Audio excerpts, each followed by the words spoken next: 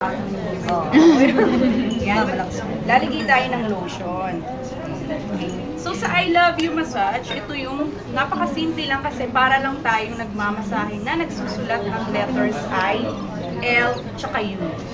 Okay, so to start, using our right hand, mag-start tayo sa letter I. So kakaplos tayo ng single I, so pwedeng ganyan ang kamay, kung medyo maliit si baby, pwedeng malaki na. Yan, single eye sa left belly ni baby. Left belly, meaning ito yung right side pag nakaharap sa atin si baby. So, tama. So, left belly. So, pero since nakaharap siya sa atin, right side. Eye. Eye. Then, pagkatapos yung letter L, but by this time, backward sideways. So, backward sideways. So, ganito siya. Then, Inverted. Backward, sideways.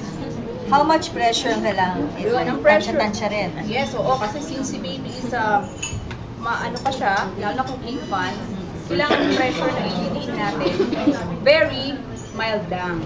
O, para hindi masaktan si baby, dahil syempre kung medyo hard yung ating pag-massage, masasaktan siya.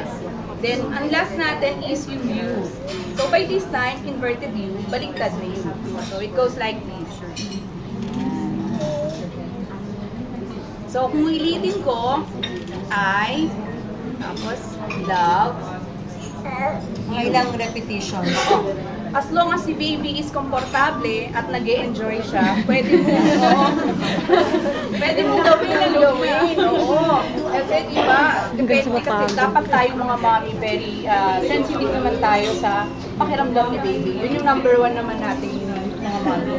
So yung ginagawa, So there's no such thing as over massage? Yung tipong 10 minutes, pwede pa yun? Parang tagal na yun. Oo. Saka si baby, ano yan, medyo ano na siya, irritable na siya. Kasi 10 minutes. Pero sabi ko nga, as long as na nag-e-enjoy siya, nakikita-operate sa inyo, pwede. Tsaka tayo yun nga, yung paghawak nyo naman, antasyado naman. Then sa I love you din, habang ginagawa natin yung procedure, sabihin din natin yung word I love you. So ito yung mas masasense ni baby, yung comfort. Hindi kay daddy lang sinasabi yung I love you. Pati kay baby. The more, di ba kay baby? Para masense nila lalo yung comfort na nanggagaling. So, umpisa.